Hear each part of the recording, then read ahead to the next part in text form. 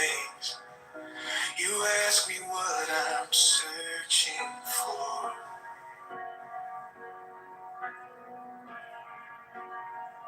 Your eyes go deep like midnight skies. I lose my words. I find His light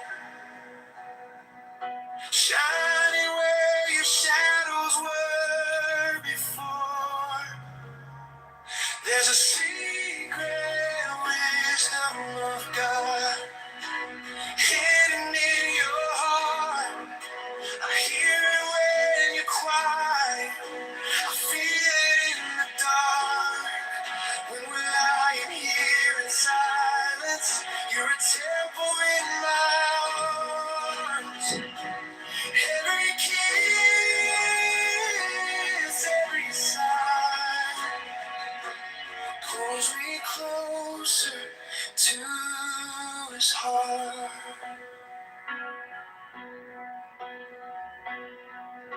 You close your eyes, I close mine too. I talk to Him while holding you. Every breath a quiet little prayer.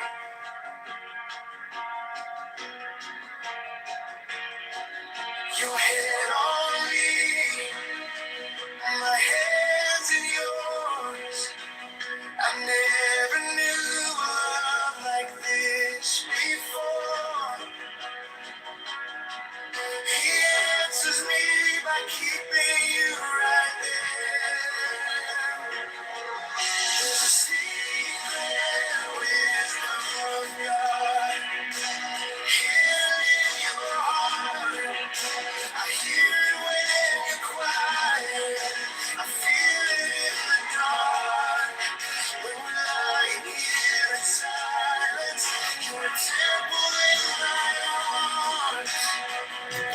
Every kiss, every sigh pulls me closer to His heart. Teach me how to love you like He always planned. Let this soft devotion be our sacred land.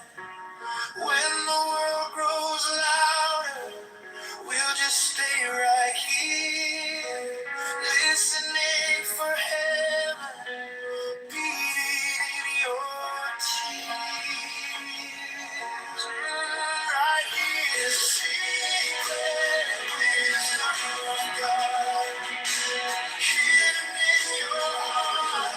I hear it when you're quiet. I feel it in the dark. When we're lying here in silence, you're a temple in my arms. Every kiss, every sigh pulls me closer to His heart. Every kiss, every sigh leads us deeper to His heart.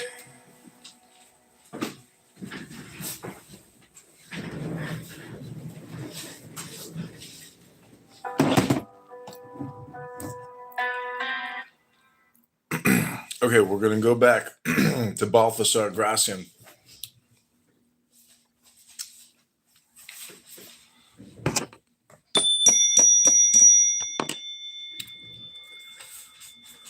Adapt yourself to everyone else, a Proteus of discretion. Learned with the learned, saintly with saints. This is a great way to capture the goodwill of others, for similarity generates benevolence. Observe people's temperaments and adapt yourself accordingly. Whether you're with a serious person or with a jovial one, follow the current and politely transform yourself. This is especially true of those who depend on others. It is a great stratagem for living prudently and it requires much capacity. It is less difficult for the person with a well-informed intellect and varied tastes.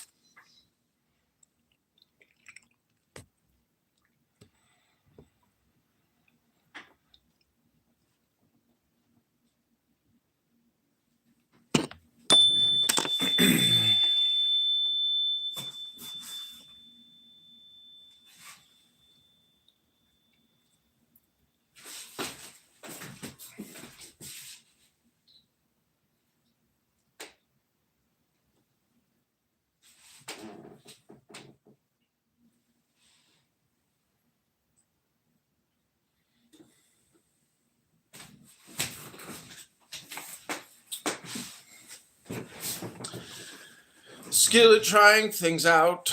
Folly always rushes into action, for all fools are bold. The very simplicity which prevents them from foreseeing danger keeps them from worrying about their reputation. But prudence enters with great care. Caution and penetration precede her, beating the bushes so that she can advance safely. Discretion sentences hasty action to failure, though fortune sometimes issues a pardon. Go slowly when you fear the depths. Let shrewdness feel its way forward, and prudence steer you toward firm ground. These days there are pitfalls in dealing with others, and it is best to fathom things as you go along.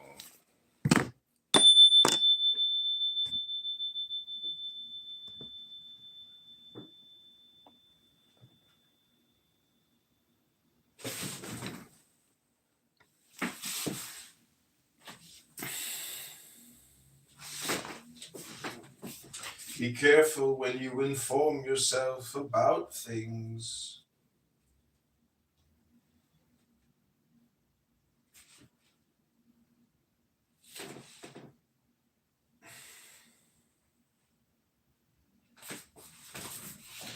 Much of our lives is spent gathering information. We see very few things for ourselves and live trusting others. The ears are the back door of truth and the front door of deceit. Truth is more often seen than heard. Seldom does it reach us unalloyed, even less so when it comes from afar. It is always blended with the emotions it has passed through. Emotion taints everything it touches, making it odious or favorable. It tries always to impress us one way or another. Be more careful with someone who is praising than with someone who is criticizing. Discover what axe he is grinding, on what side he is limping, where he is heading. Beware of the false and the faulty.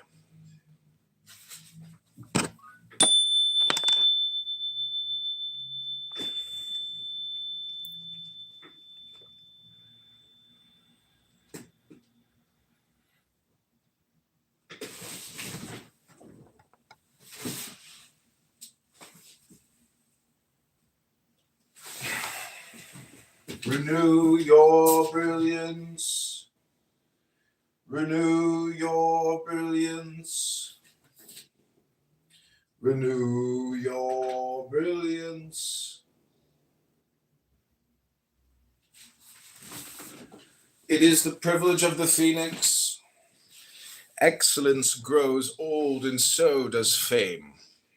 Custom wears down our admiration, and a mediocre novelty can conquer the greatest eminence in its old age.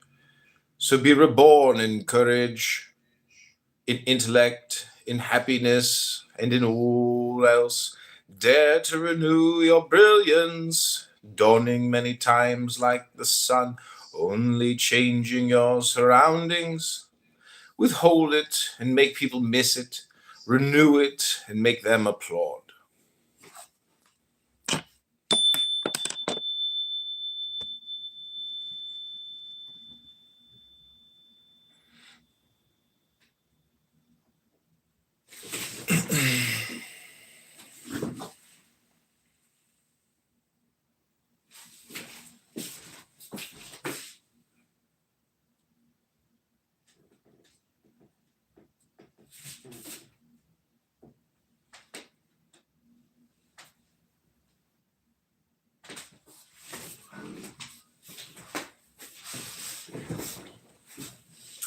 neither all bad nor all good.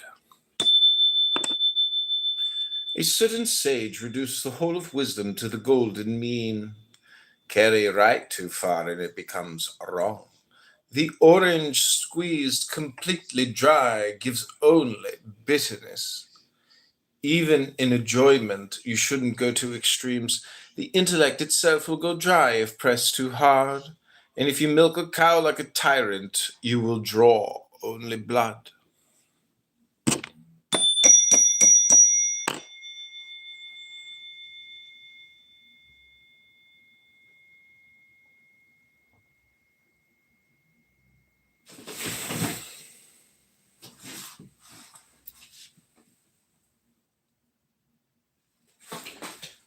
Allow yourself some venial fault.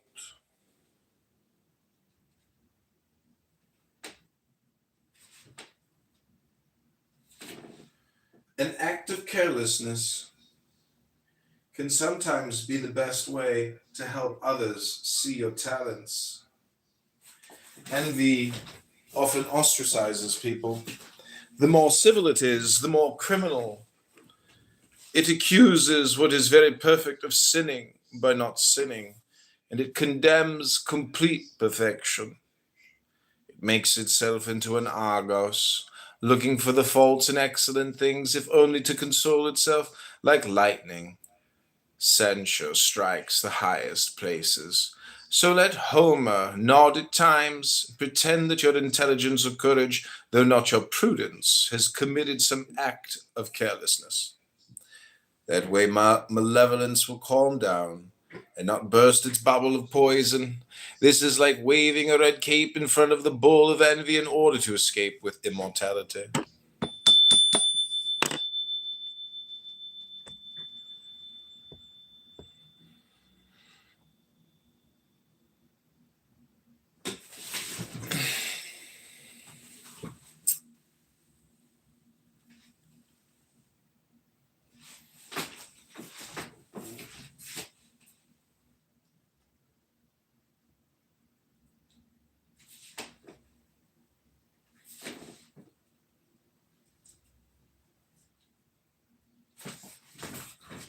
Know how to use your enemies.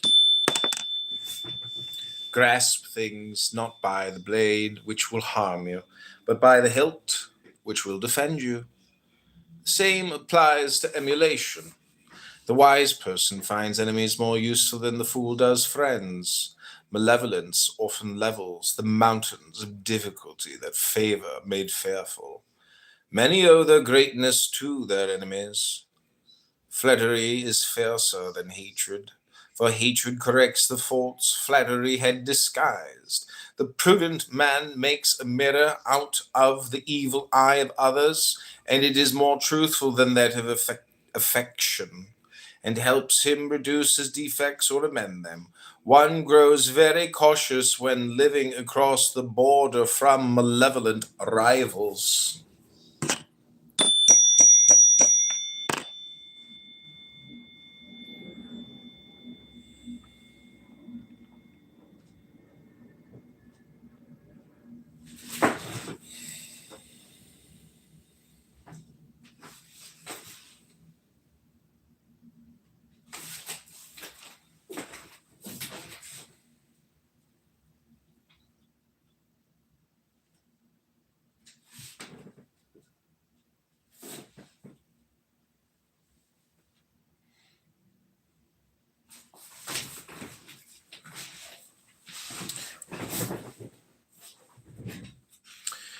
Don't be the wild card.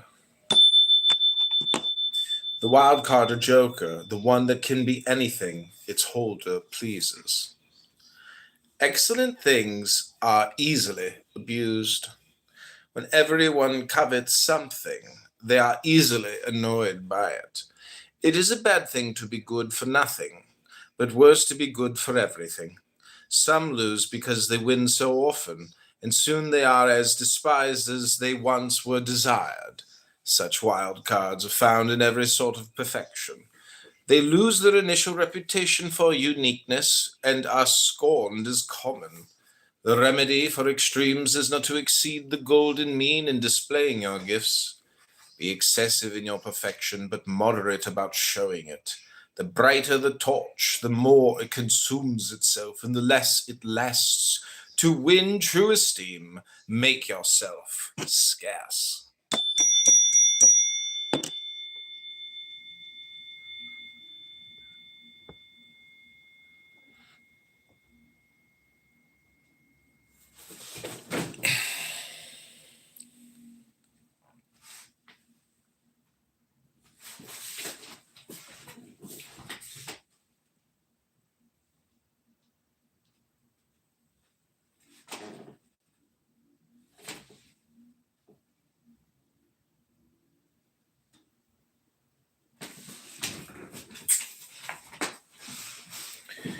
Head of rumor.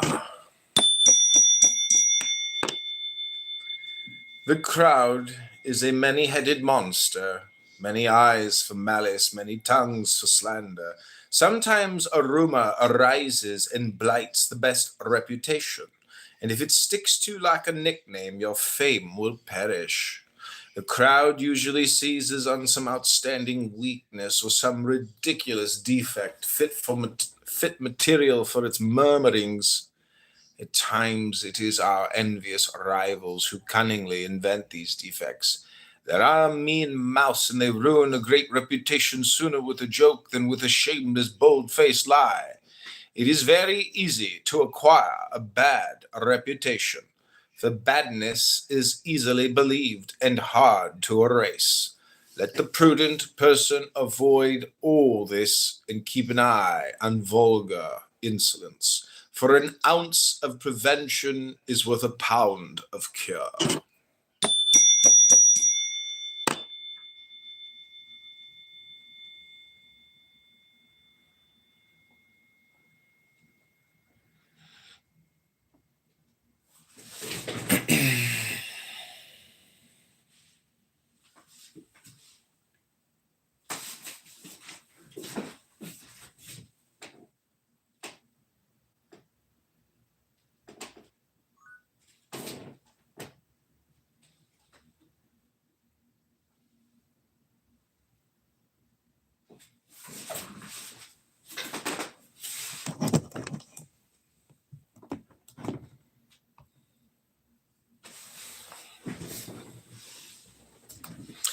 Culture and refinement.